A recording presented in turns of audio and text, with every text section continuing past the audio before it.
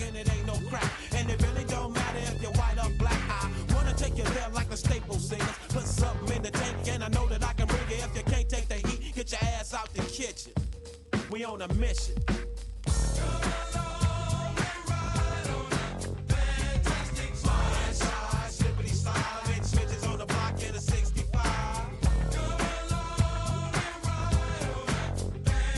Hey, all you sports fans out there, or to you, the individual fan of the collective in the tubosphere. Welcome to the One Man Sports Rant, talk radio version. I am your host, as it were, Will, the alternative ESPN Sports Throw. Bring this over here, bada bing.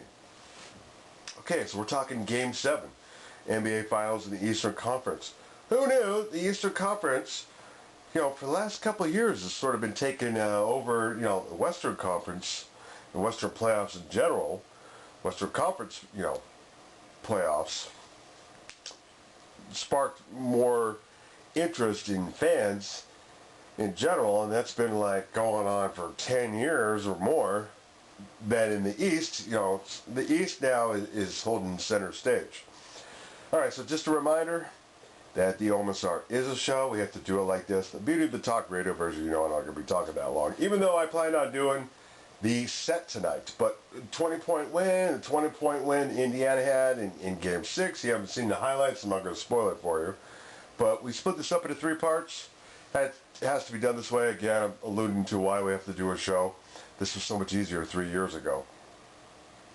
But part 1, the interview with Lebron, very well-spoken gentleman. And part 2, the analysis of why they may have trouble with San Antonio. And then part 3, the great renditions of Gone Fishing and Shaq almost falling off the boat. Don't want to miss that. So this is the baseline show for all 3 parts. You want to come back and see the rest of them. Video highlights courtesy to the NBA and TNT. Everything else in terms of the show, the overall concept, the overall graphics and original content herein, copyright to the OMSR.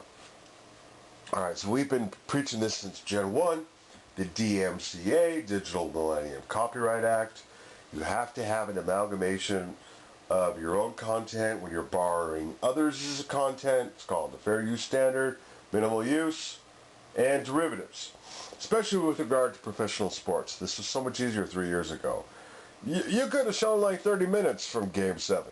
NBA wouldn't have cared. This year, Good Ship Sports Clip Lollipop has sailed on YouTube in that regard. And you wouldn't want to do that anyway because it's not the right thing to do. But that being said, been preaching this for 3 years now to y'all out there in the tubosphere. And that's that. It just makes good horse sense. All right, so enjoy the last of the TNT antics from the crew. They're going to go off to NBA TV. They're not going to cover NBA TV because, the NBA, as I alluded to, they've become sort of fanatical about showing anything beyond your 30-second bit clips. So save your comments for the actual sport event we're able to bring you because it definitely beats that. All right, thanks for watching. No silly DUIs while you're out there.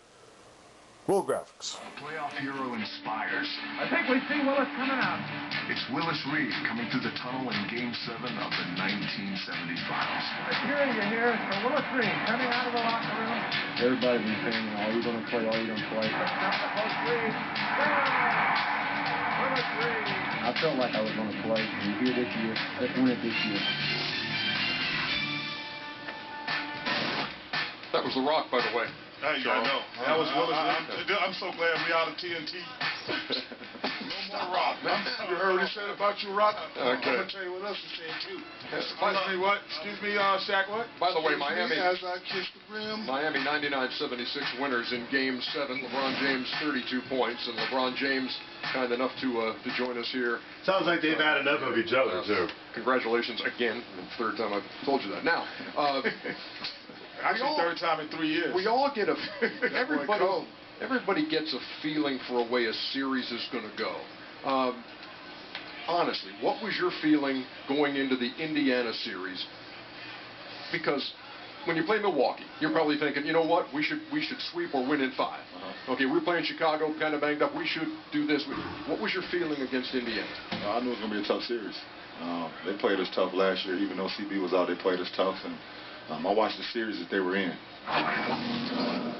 But the problems they create is they're huge. You know, Hibbert is bigger than everybody on the floor. You know, David West, and also they have athletic wings, Lance Stevenson and Paul George. So that's what we have. So they was able to combat that with having Lance Stevenson and Paul George. So we knew they was going to create a problem. We just had to figure out how to win. So, LeBron, I'm not going to admit, I was concerned. We all were concerned. But when Ernie did the beautiful intro and I saw you dancing in the locker room, I knew that you guys was going to win. I knew that you was going to play. What was your message to the rest of the guys when they saw you dancing in the locker room? Well, first of all, this is what we worked all regular season for, to have an opportunity to, if we didn't take care of business on the road, to be able to close out on our home floor with a Game 7. So in front of our fans, we gave our fans another game. And we should just go out and just use the experience that we've had the last 3 years to the best of our knowledge. We was just in this position last year against Boston, the Game 7 at home, so we can always go back and use that, and we was able to do that tonight. You know, it's funny. We talk about, I don't know if you get a chance to watch Kenny's pictures ever, but Kenny's pictures... Apparently not. Of course I do. Yeah, just, you know, Kenny's pictures. I'm plugging my own. Kenny. He only got one.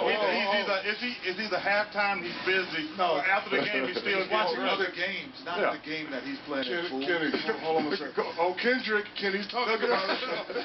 No, wait. So he knows that joke. So he knows all of it. So go ahead. It was about your basketball IQ.